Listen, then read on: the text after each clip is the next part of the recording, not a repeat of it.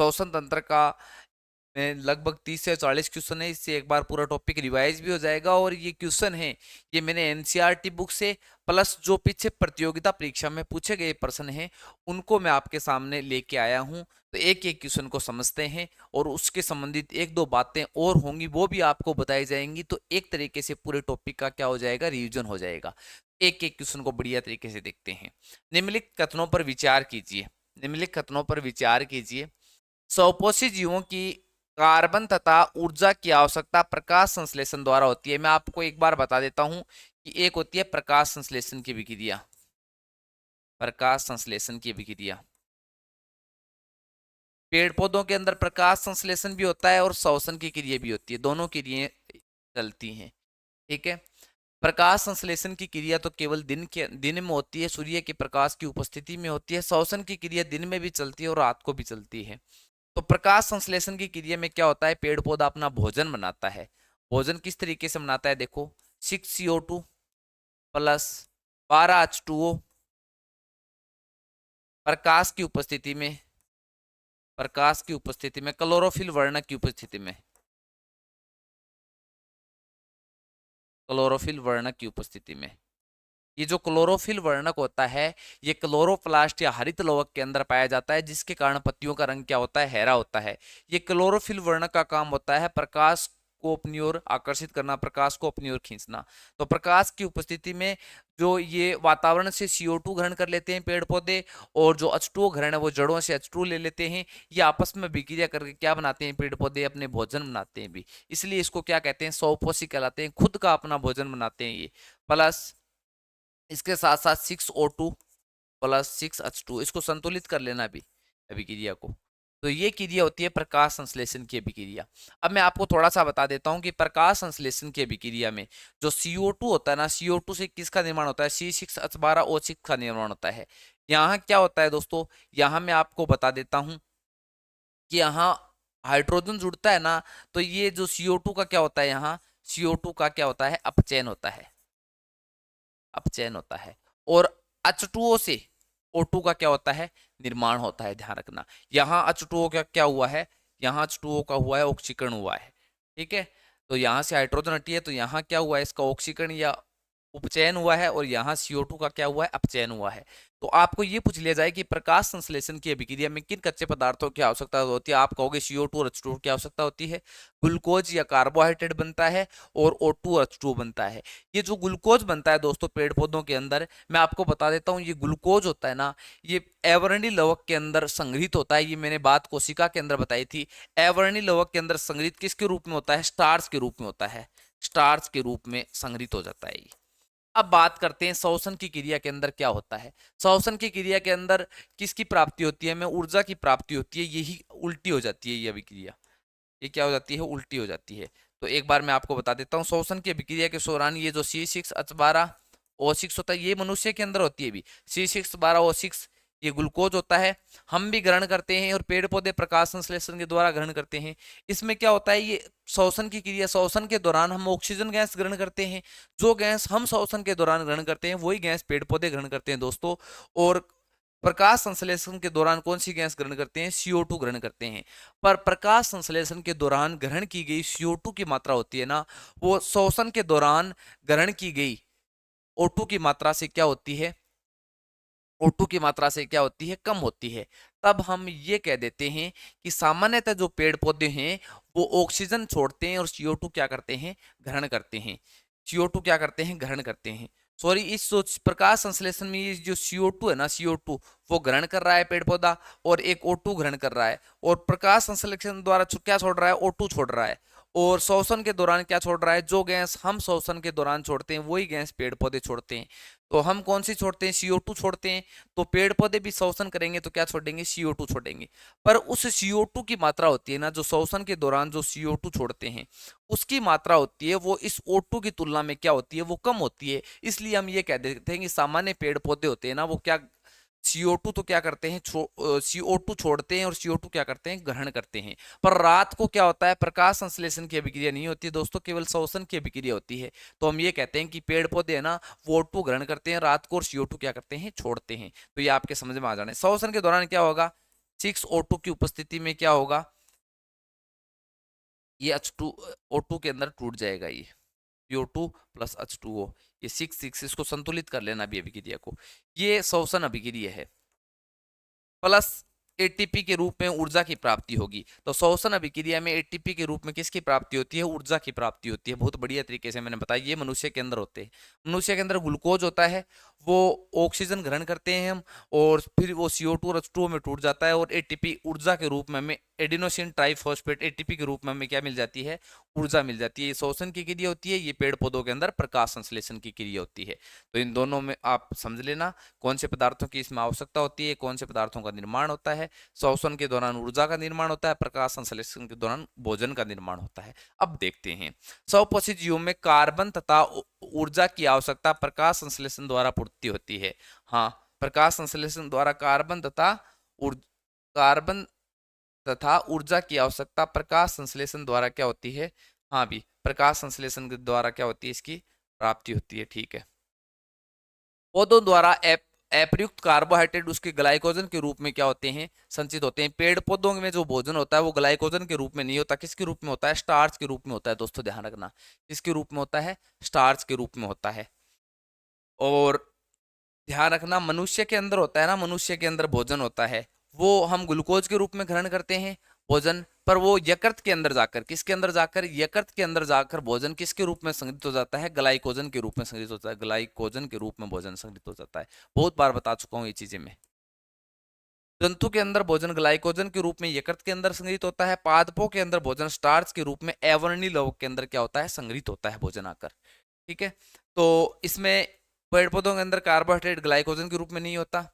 मानव शरीर में भोजन में ऊर्जा कुछ भागमंड के रूप में संचित होता है, गलत बात है। ठीक है, ग्लाइकोजन उल्टे दे रखे हैं, पर ये ऊपर वाला भी देखो भी लाइन, इसमें भी गड़बड़ लग रही है मुझे। इसमें क्या लग रही है कि उपयुक्त कणों में से कौन सा कथन सही नहीं है, सही नहीं है। तो मुझे तो ये 2 नंबर भी, ये भी सही नहीं लग रहा, ये भी सही नहीं लग रहा। ऊपर वाले को एक बार दोबारा पढ़ो कि स्वपोषी जीवों में कार्बन तथा ऊर्जा की आवश्यकता प्रकाश संश्लेषण द्वारा क्या होती है, द्वारा पूर्ति होती है। कि कार्बन तथा जो ऊर्जा मिलती है ना, ऊर्जा मिलती है, वो प्रकाश संश्लेषण के द्वारा क्या मिलती है, सही मिलती है। भी ऊर्जा मिलती है स्वपोषी जीवों को, वो कार्बन तथा ऊर्जा की आवश्यकता प्रकाश संश्लेषण, ये बात सही है। 2 नंबर और 3 नंबर कथन गलत है, केवल 2 और 3 क्या है, गलत है। ठीक है, क्योंकि सूर्य का प्रकाश मिलता है तो वहां से ऊर्जा तो मिलती है, यहाँ से क्या मिलती है, ऊर्जा मिलती है, और फिर इसका निर्माण होता है। और यहाँ ऊर्जा का क्या होता है, श्वसन के दौरान भी ऊर्जा का निर्माण होता है, ये प्रक्रिया होती है। बस श्वसन की अभिक्रिया ये है, और उसकी अभिक्रिया प्रकाश संश्लेषण की अभिक्रिया ये है। तो प्रकाश संश्लेषण द्वारा क्या मिलता है, प्रकाश संश्लेषण होता है तो यहाँ से ऊर्जा चाहिए, इसको इसको इसको ऊर्जा चाहिए, तब यहाँ पर जाकर क्या बनेगा, ग्लूकोज बनेगा। तो ये थोड़ा सा ध्यान रखना भी, ये प्रकाश संश्लेषण की अभिक्रिया होती है, ये श्वसन की अभिक्रिया होती है। चलो आगे देखते हैं। आगे वाला क्वेश्चन, प्रकाश संश्लेषण के प्रक्रम में स्वपोषी द्वारा बाहर से किए गए पदार्थों को संचित ऊर्जा के रूप में बदल दिया जाता है। प्रकाश संश्लेषण इस प्रक्रम में घटने वाली घटनाओं के संदर्भ, ये एनसीईआरटी बुक से बनाए हुए हैं भी प्रश्न, एक एक प्रश्न, थोड़ी लैंग्वेज बहुत बड़ी है, फिर भी मैं इसको पढ़ लेता हूँ। निम्नलिखित कथनों पर विचार करना है। क्लोरोफिल द्वारा प्रकाश ऊर्जा को अवशोषित करना, बात सही है। प्रकाश ऊर्जा को रासायनिक ऊर्जा में रूपांतरित करना, जल अणुओं का हाइड्रोजन व ऑक्सीजन में अपघटन होना। जल का जो अणु होता है ना, हाइड्रोजन ऑक्सीजन में अपघटन होता है, सही है। कार्बन डाइऑक्साइड का कार्बोहाइड्रेट में अपचयन, ये मैंने बताया था, उसमें अपचयन होता है। और उपयुक्त में से कौन सा कथन सही है, मुझे तो ये तीनों ही सही लग रहे हैं, भी तीनों सही हो जाएंगे। पौधों के संदर्भ में देखो भी, एक एक क्वेश्चन पहले मैंने एनसीईआरटी बुक से प्रश्न लिए, उसके बाद में जो प्रतियोगिता परीक्षा में क्वेश्चन पूछे गए वहां से क्वेश्चन लिए गए। पौधे के संदर्भ में निम्नलिखित कथनों पर कौन सा कथन सही है, क्लोरोफिल क्लोरोप्लास्ट नामक कोशिकांग में उपस्थित होता है, ठीक है, सही बात है। इसमें वायुमंडल में गैसों का आदान प्रदान रंध्रों के माध्यम से होता है, तना और जड़ों में आदान प्रदान नहीं होता, ये बात गलत है। भी जड़ें होती है ना, जड़ें, उनको भी ऑक्सीजन की आवश्यकता होती है, वो वायु और मिट्टी के अंदर, ये एनसीईआरटी कक्षा 10 की बुक के अंदर से बनाया हुआ प्रश्न है भी, कि जो मिट्टी के अंदर होती है ना, कुछ खालिस्तान पाए जाते हैं, वहां से क्या लेते हैं, O2 ग्रहण करते हैं, तो ये बात गलत है। ये मृदा से प्राप्त नाइट्रोजन को अकार्बनिक नाइट्रेट, हाँ सीधी नाइट्रोजन को ग्रहण नहीं करते, ये किसमें बदलते हैं, नाइट्रेट में बदलकर क्या करते हैं, ग्रहण करते हैं, ये बात तो सही है। सही कथन है तो पहला और तीसरा। फफूंद और इष्ट में भोज्य पदार्थों का विघटन शरीर के बाहर ही कर दिया जाता है, उसके बाद उसका क्या होता है, अवशोषण होता है, ये बात सही है। सभी एकोशिकीय जीवों में भोजन संपूर्ण सतह से ग्रहण किया जाता है, ये बात भी सही है, दोनों बात सही है भी। ठीक है, तो ये बात भोजन के समय मुख में आने वाली लार के स्तन में निम्नलिखित स्तरों में- ये लार वाला तो पाचन तंत्र में आया हुआ है अभी यहाँ। लार ग्रंथि द्वारा स्रावित होती है, एमाइलेज नामक एंजाइम और मंड को किस में बदलता है, शर्करा में तोड़ने का काम करता है। उपयुक्त दोनों कथन सही है, ये मैंने बताया हुआ है आपको बढ़िया तरीके से। भोजन के पाचन में हाइड्रोक्लोरिक अम्ल एक प्रोटीन का पाचन एंजाइम में पेप्सिन तथा संश्लेषण श्रावण के समय में निम्नलिखित- ये भी बात में वही है भी। इसका श्रावण क्षुद्रांत द्वारा किया जाता है। हाइड्रोक्लोरिक अम्ल प्रोटीन के लिए पेप्सिन, ये क्षुद्रांत द्वारा नहीं किया जाता, आमाशय द्वारा किया जाता है। हाइड्रोक्लोरिक अम्ल पेप्सिन एंजाइम की क्रिया में सहायक होता है। हाँ, ये बात सही है। ये निष्क्रिय पेप्सिन ओजोन को पेप्सिन में बदलता है, ये क्वेश्चन मेरे वहां बताए हुए हैं आपको। श्लेष्मा आमाशय के आंतरिक स्तर से अम्ल की रक्षा करती है, दोनों कथन नीचे वाले सही है, दूसरा और तीसरा। दूसरा और तीसरा दोनों कथन सही है। क्षुद्रांत के संदर्भ में निम्नलिखित में कौन सा कथन सही नहीं है? क्षुद्रांत के संबंधित, छोटी आंत के संबंधित पूछ रहा है ये। ठीक है ना। पाचन, ये देखो, पाचन प्रक्रिया में भोजन आमाशय से के बाद में क्षुद्रांत में प्रवेश करता है। क्षुद्रांत में कार्बोहाइड्रेट प्रोटीन वर्ग का पूर्णतः पाचन होता है। क्षुद्रांत में भोजन के पाचन के लिए पीतरस और अग्नाशयी रस दोनों अग्नाशय से, पीतरस और अग्नाशयी रस दोनों अग्नाशय से प्राप्त होते हैं। दोनों अग्नाशय से प्राप्त नहीं होते, पीतरस जो प्राप्त होता है वो यकृत से प्राप्त होता है, ये बात गलत है। पाचित भोजन को क्षुद्रांत की भित्ति द्वारा अवशोषित कर लिया जाता है, ये बात सही है। कौन सा कथन सही नहीं है? तो ये कथन सही। फलों के संदर्भ में निम्नलिखित कथनों पर विचार कीजिए। ये प्रश्न एनसीईआरटी बुक से बनाए हुए हैं भी। इसमें कार्बन डाइऑक्साइड तथा ऑक्सीजन का आदान प्रदान विसरण द्वारा होता है। किसके द्वारा होता है? अभी पेड़ पौधों के अंदर जो फल होते हैं उनके अंदर, ये बात सही है, विसरण द्वारा होता है। दिन में शोषण के दौरान निकली हुई, दिन में जो शोषण के दौरान होती है ना, शोषण के दौरान क्या निकलती है? CO2 निकलती है, बात सही है। प्रकाश संश्लेषण में प्रयुक्त हो जाती है, अतः इससे दिन में कोई CO2 नहीं निकलती। ये बात सही है कि दिन में पेड़ पौधों से कोई CO2 नहीं निकलती, क्योंकि जो CO2 निकलती है शोषण के दौरान वो प्रकाश संश्लेषण के द्वारा क्या कर ली जाती है? काम में ली जाती है। इसीलिए हम सामान्य बात ये कहते हैं कि सामान्यतः पेड़ पौधे दिन में O2 छोड़ते हैं और CO2 क्या करते हैं? ग्रहण करते हैं। ये बात मैं सहमत हूँ इस बात से। तो कथनों पर विचार कीजिए। तो ये दोनों मेरे हिसाब से सही है भी। कौन सा कथन सही है? यही सही है दोनों। जलीय जीवों में शोषण की दर स्थलीय जीवों की तुलना में द्रुत होती है। बहुत इंपॉर्टेंट प्रश्न है भी, एनसीईआरटी बुक से ऐसा का ऐसा उठाया हुआ प्रश्न है ये। द्रुत मतलब जलीय जीव होते हैं ना, वो शोषण की क्रिया करते हैं ना, उसमें शोषण की दर क्या होती है? ज्यादा होती है, शोषण की दर बढ़ जाती है। ठीक है ना। क्यों बढ़ जाती है? क्योंकि जल से O2 को लेना है ना, वो कठिन होता है दोस्तों। और जल के अंदर जो O2 की मात्रा होती है वायुमंडल की तुलना में कम होती है, इसलिए वो शोषण की दर द्रुत मतलब होती है तेजी से। शोषण क्या करेगा फिर? वो जल के अंदर जीव जल्दी जल्दी शोषण करेगा। आप भी किसी बंद कमरे के अंदर हो एकदम, वहां ऑक्सीजन की कमी होगी तो आप श्वास जल्दी जल्दी लोगे ना, शोषण की दर बढ़ेगी ना। तो वही इसके अंदर होता है, जल में भी ले ऑक्सीजन की मात्रा वायु में उपस्थित ऑक्सीजन की मात्रा की तुलना में कम होती है। दोनों कथन सही है भी, स्पष्टीकरण करता है ये भी का। ठीक है। अवायवीय शोषण और वायवीय शोषण दोनों ही प्रक्रियाओं में निम्नलिखित में से कौन सा प्रक्रिया समान है? ये मैं बता देता हूं भी, बहुत ही बढ़िया क्वेश्चन है ये। इनके बारे में बढ़िया तरीके से पढ़ लेते हैं। एक होता है अवायवीय शोषण, अवायवीय शोषण मैं आपको बता देता हूं। एक अवायवीय शोषण होता है जो O2 की अनुपस्थिति या अल्प मात्रा, O2 की अल्प मात्रा में होता है, अल्प मात्रा में होता है। अवायवीय शोषण के दौरान होता क्या है? ग्लूकोज होता है C6H12O6, ग्लूकोज होता है, एक चक्कर चलता है ग्लाइकोलाइसिस चक्कर,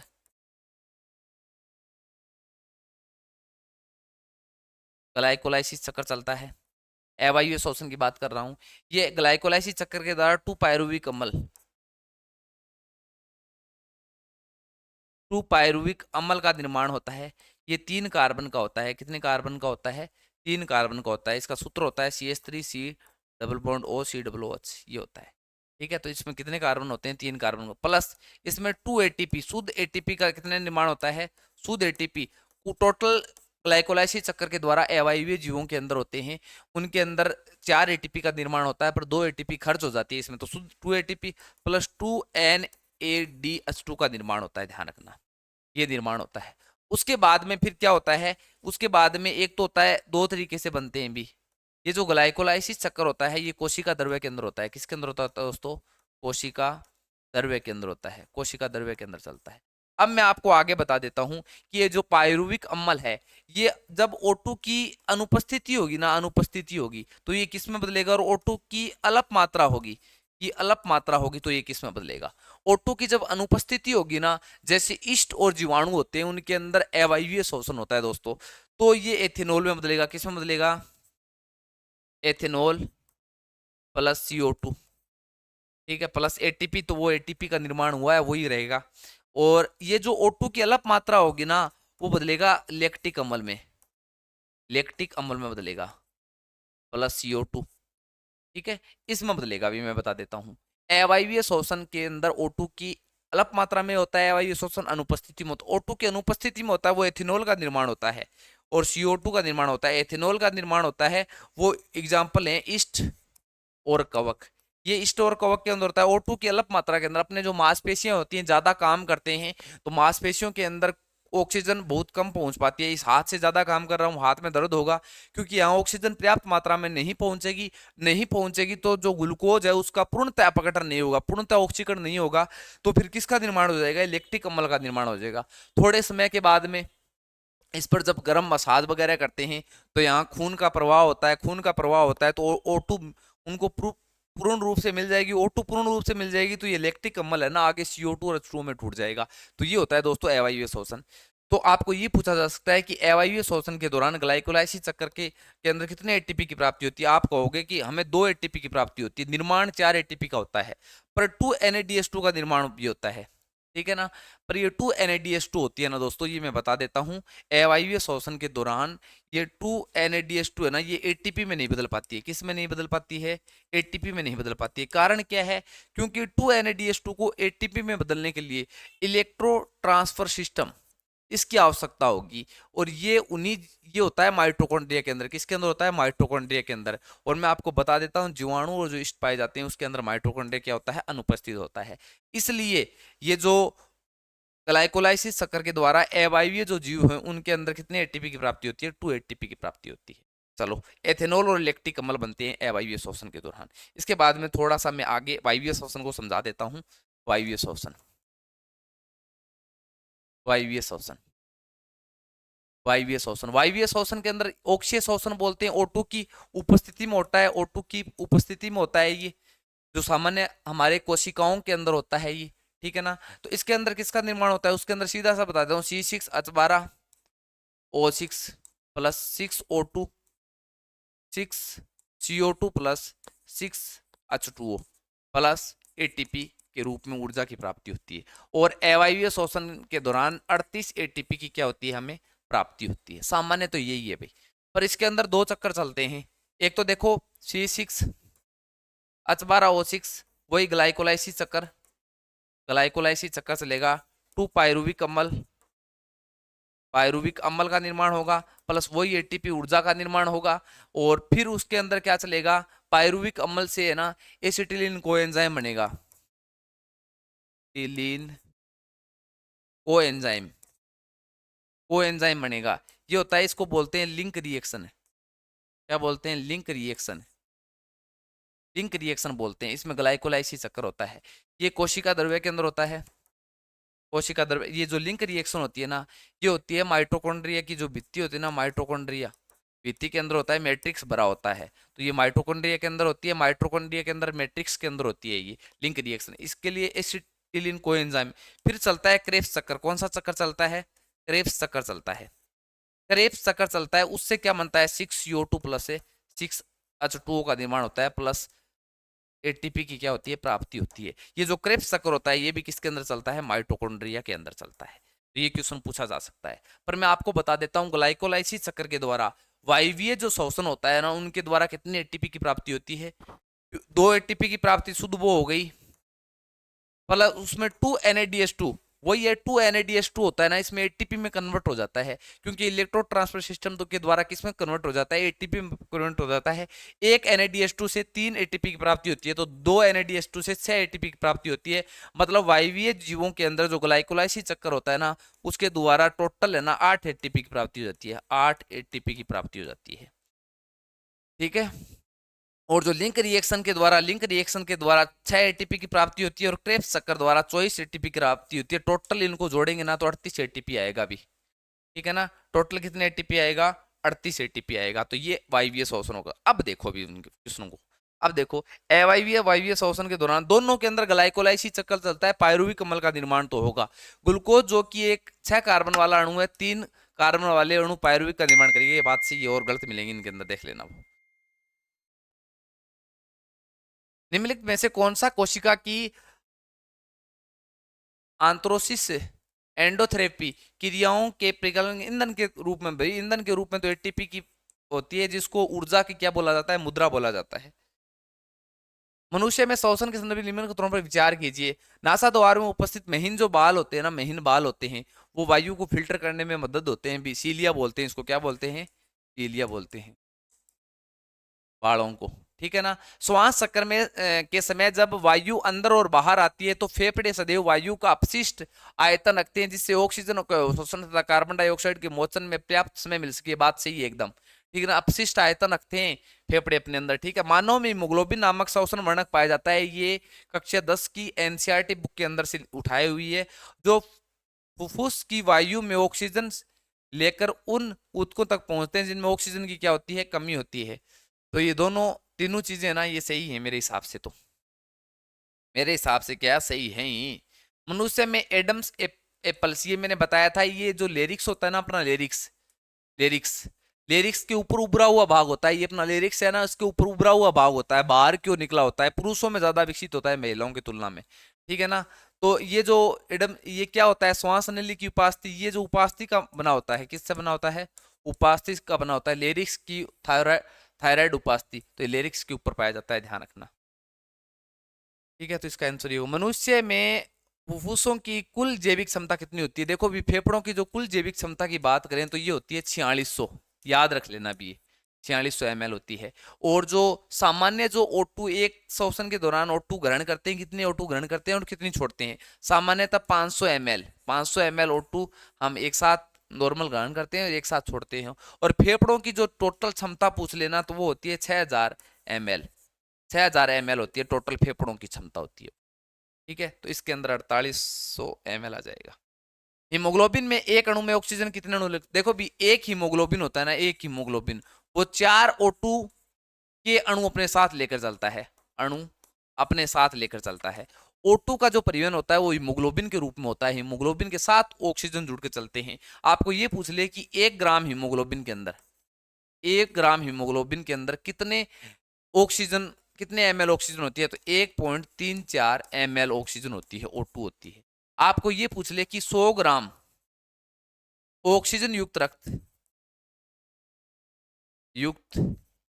रक्त में कितने O2 होती है? कितनी O2 होती है? तो आप ये कहोगे 5 ml O2 होती है। कितनी ml O2 होती है? आपको ये पूछ ले कि 100 ग्राम अनऑक्सीकरण रक्त के अंदर कितने ग्राम CO2 होती है? तो आप ये कहोगे 4 ml क्या होती है? CO2 होती है। तो इसके अंदर कितने अणु लेके चलता है? 4 अणुओं को साथ लेकर चलता है। यदि CO2 सांद्रता की रक्त में वृद्धि होती है तो श्वसन की क्रिया क्या होती है? मुझे बताओ भी, CO2 की वृद्धि होगी तो सांस हम जल्दी जल्दी नहीं लेंगे क्या? बाहर से ऑक्सीजन ग्रहण करने के लिए तो बढ़ेगी भी, जैसे जलीय जीवों के अंदर बढ़ती है वही सेम बढ़ेगी। सांस लेने में वायु का आदान प्रदान मापा जाता है। ये ध्यान रखना, बहुत इंपॉर्टेंट प्रश्न है। श्वसन की दर, श्वसन दर, श्वसन दर, श्वसन दर जो सामान्य होती है ना, सामान्य होती है, सामान्य होती है। जो एनसीईआरटी बुक, कई के अलग अलग आंसर है, पर एनसीईआरटी की कक्षा 7 की बुक है जिसके अंदर दे रखा है 15 से 18 बार प्रति मिनट। 1 मिनट के अंदर कितनी होती है? एक श्वास का मतलब है श्वास को अंदर लिया, श्वास को बाहर छोड़ा, ये होती है। तो श्वसन दर सामान्य इतनी होती है। और आपको पूछे कि जो व्यस्त या व्यायाम वगैरह करते हैं, व्यायाम वगैरह करते हैं, उसमें जो श्वसन दर होती है ना वो 25 बार हो जाती है। और जो नवजात शिशु होता है ना, नवजात शिशु होता है, उसमें जो श्वसन दर होती है दोस्तों वो होती है 40 बार लगभग, ठीक है। और ये जो श्वसन दर को मापा जाता है ना, ये मापा जाता है स्पायरोमीटर, स्पायरोमीटर। और जो क्या होती है कि जो श्वसन दर को तो किससे मापा जाता है? भी स्पायरोमीटर से मापा जाता है। पर मैं आपको ये बता देता हूँ, बेरोमीटर के द्वारा दाब को मापा जाता है, ठीक है ना। और एक बीपी को किस पे मापा जाता है? भी बीपी को बीपी को मापते हैं उसका यंत्र का क्या नाम है मुझे बताओ, कमेंट बॉक्स में बताओ। बीपी को किससे मापा जाता है? स्पाइगोमेनोमीटर होता है, उसके द्वारा किसको मापा जाता है? स्पायरोमीटर के द्वारा किसको मापा जाता है? स्टेथोस्कोप के द्वारा किसको मापा जाता है? ठीक है, तो ये चीजें आप तीनों की तीनों बताओगे मुझे कमेंट बॉक्स में कि स्पाइगोमेनोमीटर होता है एक जिसके द्वारा बीपी को मापा जाता है या नहीं मापा जाता, वो आप बताओगे। स्पायरोमीटर के द्वारा, स्पायरोमीटर होता है, स्पाइगोमेनोमीटर होता है, स्टेथोस्कोप भी होता है, स्टेथोस्कोप, उसके द्वारा किन किन चीजों को मापा जाता है। तो आप इनको एक बार कमेंट बॉक्स में जरूर बताना। एक तो बीपी को किस में मापा जाता है, और एक श्वसन दर को किस में मापा जाता है, और एक हृदय की धड़कन को।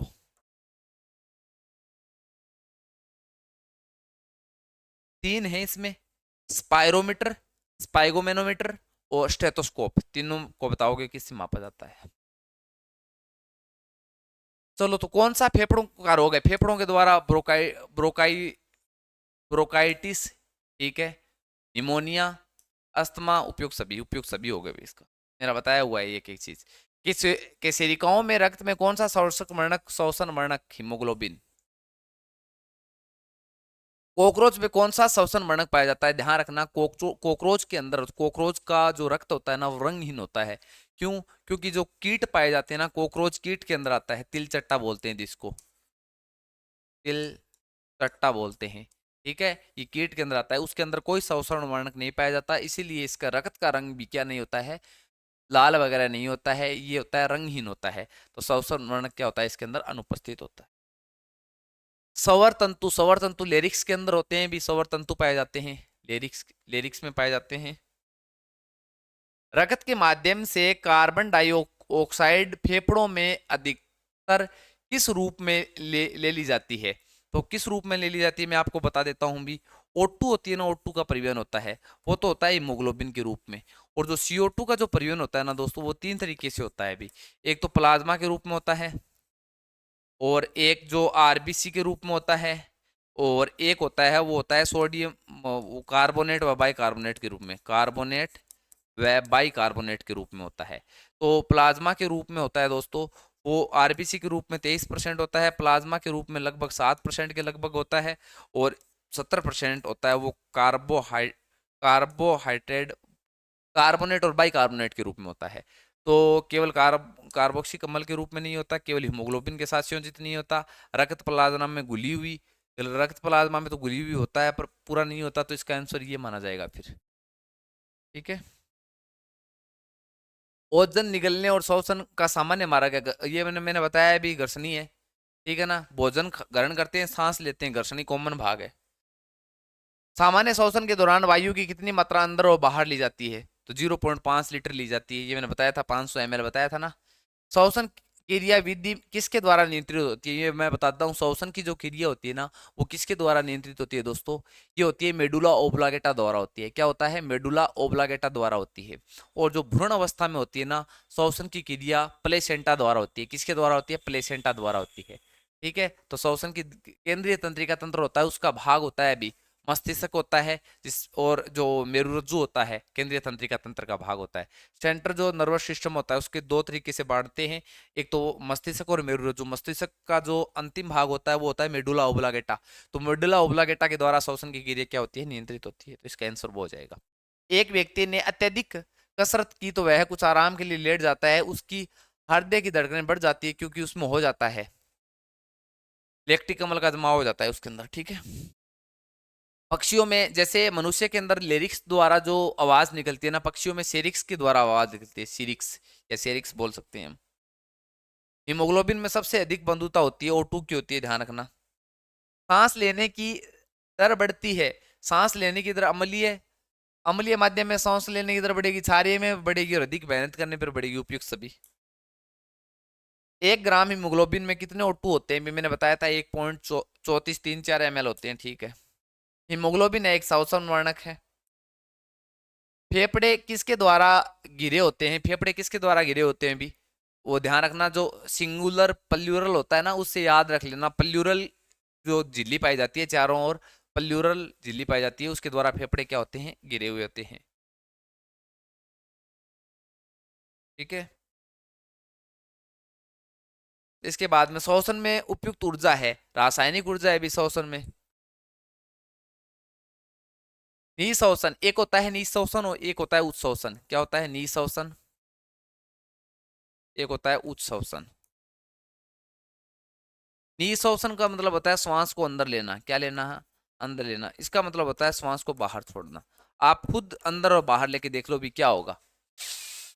अंदर लेंगे तो पसलियां ऊपर की ओर आएगी, ठीक है। वक्ष गुहा का आयतन बढ़ जाएगा, वक्ष गुहा का आयतन क्या हो जाएगा, बढ़ जाएगा। वक्ष गुहा का आयतन अधिक हो जाएगा तो वायुदाब क्या हो जाएगा, कम हो जाएगा। वायुदाब कम हो जाएगा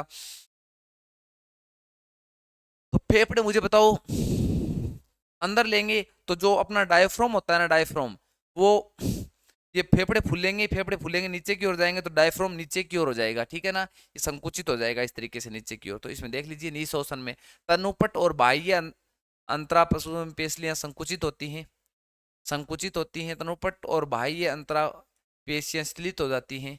केवल तनुपट संकुचित होता है, केवल बाह्य। ये हिंदी में लिखा हुआ है, थोड़ा कम समझ में आ रहा है, ठीक है। पर मैंने बताया है ना, वही है ये सेम सिस्टम। तनुपट इंग्लिश में देख लेना क्या मिल रही है इसका मतलब, तनुपट किसको कहते हैं भी। चलो भी देख लेना, ये मैंने बताया है निःशोषण उस शोषण के दौरान यही होता है। इंग्लिश वर्जन देख लेना इनका थोड़ा, उस शोषण में होता है वही है सेम, उस शोषण के अंदर मैंने बताया है वो, ठीक है। संकुचित होना और स्त्रीलिन होना, संकुचित तनुपट शायद वो होता है डायफ्रोम को बोलते हैं, डायफ्रोम इंग्लिश में लिखा होगा। संकुचित क्या होता है, श्वास को आपने अंदर लिया, फेफड़े फूलेंगे तो डायफ्राम नीचे की ओर खिसकेगा, नीचे की ओर खिसकेगा तो ये नीचे की ओर पिचक जाएगा तो क्या हो जाएगा, संकुचित हो जाएगा। ये श्वसन लेंगे तो सांस को बाहर छोड़ेंगे तो डायफ्राम वापस क्या हो जाएगा, संतुलित हो जाएगा। संतुलित बोलते हैं ना उसको, हाँ। विरामावस्था में श्वसन वयस्क में श्वसन दर कितनी होती है भी मैंने बताया था, सही तो होती है 15 से 18। पर इसका आंसर आप, ये क्वेश्चन अगर कहीं पूछा हुआ है तो इसका आंसर ये माना जाएगा, वरना ये क्वेश्चन डिलीट ही होगा, ध्यान रखना, ठीक है ना। एनसीईआरटी कक्षा 7 की बुक के अंदर ये लिख रखा है। फेफड़ों की कुल क्षमता होती है, मैंने बता दिया था फेफड़ों की कुल क्षमता 6000 बताया था ना, 6000 के आसपास ऑप्शन है वो देख लीजिए। जल में घुली ऑक्सीजन का उपयोग करने में सहायक है। देखो भी मुझे बताओ, मैं आपको ये पूछूं कि जो मछली है वो, मछली का श्वसन अंग कौन सा होता है। बात करते हैं पहले स्तनधारी का। स्तनधारी जीवों में श्वसन अंग कौन सा होता है, जैसे मनुष्य के अंदर श्वसन अंग क्या होता है। उसके बाद में उभयचर वर्ग, उभयचर वर्ग। उसके बाद में सरीसृप वर्ग, उसके बाद में पक्षी वर्ग, श्वसन अंग क्या होता है। उसके बाद में कीट वर्ग, कीट वर्ग। उसके बाद में केचुआ, ठीक है। कीट वर्ग के अंदर कॉकरोच आ जाता है। और स्तनधारी, उभयचर, सरीसृप, पक्षी वर्ग और कीट, केचुआ, ठीक है ना। और उसके बाद में बिच्छू भी आ सकता है, बिच्छू। ये होते हैं स्तनधारी हुआ, सरीसृप हुआ, पक्षी हुआ और मत्स्य वर्ग। मत्स्य वर्ग ये रह गए ना, मत्स्य वर्ग इतने होते हैं भी। मैं बता देता हूँ, स्तनधारी हुआ और उभयचर हुआ, सरीसृप हुआ और पक्षी हुआ। पक्षी के अंदर फेफड़े होते हैं, सरीसृप के अंदर फेफड़ों द्वारा श्वसन होता है। उभयचर वर्ग, जैसे उभयचर वर्ग के अंदर मेंढक आता है, वो दोस्तों एक तो कलोम द्वारा भी करता है। किसके द्वारा करता है, कलोम, गलफड़े द्वारा, ठीक है। और फेफड़े द्वारा भी करता है। और छोटे मेंढक होते हैं ना, मेंढक का बच्चा होता है, वो त्वचा द्वारा भी करता है बस। स्तनधारी भी फेफड़े द्वारा करते हैं, जैसे मनुष्य के अंदर फेफड़ा, फेफड़ा द्वारा होता है। मत्स्य वर्ग मछली होती है ना, वो कलोम, गिल बोलते हैं जिसको, गिल या गलफड़े, गलफड़े द्वारा क्या होते हैं, श्वसन की क्रिया करते हैं। और जो कीट वर्ग होता है ना, कोकरोच होता है, उसमें होता है श्वास रंध्र, श्वास रंध्र होते हैं बाहर। और अंदर एक श्वास नली होती है, श्वास नली लगी होती है, जिसको श्वास प्रणाल बोलते हैं, श्वास प्रणाल बोलते हैं। ये कोकरोच के अंदर या कीट वर्ग के अंदर श्वसन के द्वारा, इसके द्वारा होता है। केचुआ होता है ना, केचुआ वो त्वचा के द्वारा, ये क्यूटिकल नमी युक्त, नमी युक्त क्यूटिकल झिल्ली द्वारा करता है। हम ये कह सकते हैं त्वचा के द्वारा करता है। बिच्छू होता है ना, वो होता है बुक लंग्स, बुक लंग्स होता है, एक अंग होता है, उसके द्वारा बिच्छू क्या करता है, बै बै से याद रख लेना, बुक लंग्स द्वारा करता है। तो ये कलोम आ जाएंगे, ठीक है। कीटों में श्वसन अंग होता है, कीटों के अंदर श्वास रंध्र होते हैं बस। यही आगे क्या प्रश्न, त्वचा द्वारा श्वसन की क्रिया कौन करता है, मनुष्य नहीं करता, मछली नहीं करता, कोकरोच, कोकरोच नहीं करता, केचुआ करता है। निम्न में से कौन सा अंग द्वितीय श्वसन अंग है? मुझे बताओ। पहला तो नास है, दूसरा मुख है। एल्वियोलाई मतलब एल्वियोली बोल दें, या वायु कुपिका बोल दें, ठीक है, या सीधी कुपिकाएं बोल दें, वायु कोष बोल दें, तो वो क्या होती हैं? फेफड़ों के अंदर पाई जाती हैं। सबसे संरचनात्मक और क्रियात्मक इकाई होती हैं फेफड़ों की, ध्यान रखना, कुपिकाएं। वो जो बनी हुई होती हैं वो सल की उपकला से बनी होती हैं। किससे मिलकर बनी होती हैं? सल की उपकला से बनी होती है। और मैं आपको बता देता हूँ, श्वास नली, श्वसनिका और जो कंठ होते हैं, लेरिक्स होते हैं, वो होती हैं जो एपिथीलियम होती है ना, उपकला, एपिथीलियम उपकला होती है, उसके द्वारा बने होते हैं, ध्यान रखना वो। पर जो एल्वियोली होती है वो सल की उपकला के द्वारा बने होते हैं, ठीक है। तो वो जो होते हैं ना, वो पक्षमाभि उपकला बोलते हैं, जिसको पक्षमाभि, पक्षमाभि उपकला। ये श्वास नली के अंदर, श्वास नली बोल दें, लेरिक्स बोल दें, श्वास नली या लेरिक्स या श्वसनी काय बोल दें, श्वसनी या श्वसनी काय बोल दें। पक्षमाभि उपकला किसके अंदर पाई जाती है? श्वास नली के अंदर पाई जाती है। सल की उपकला एल्वियोली या कुपिकाओं के अंदर पाई जाती है। तो इसी के साथ अपने शब्दों पर विराम देता हूं।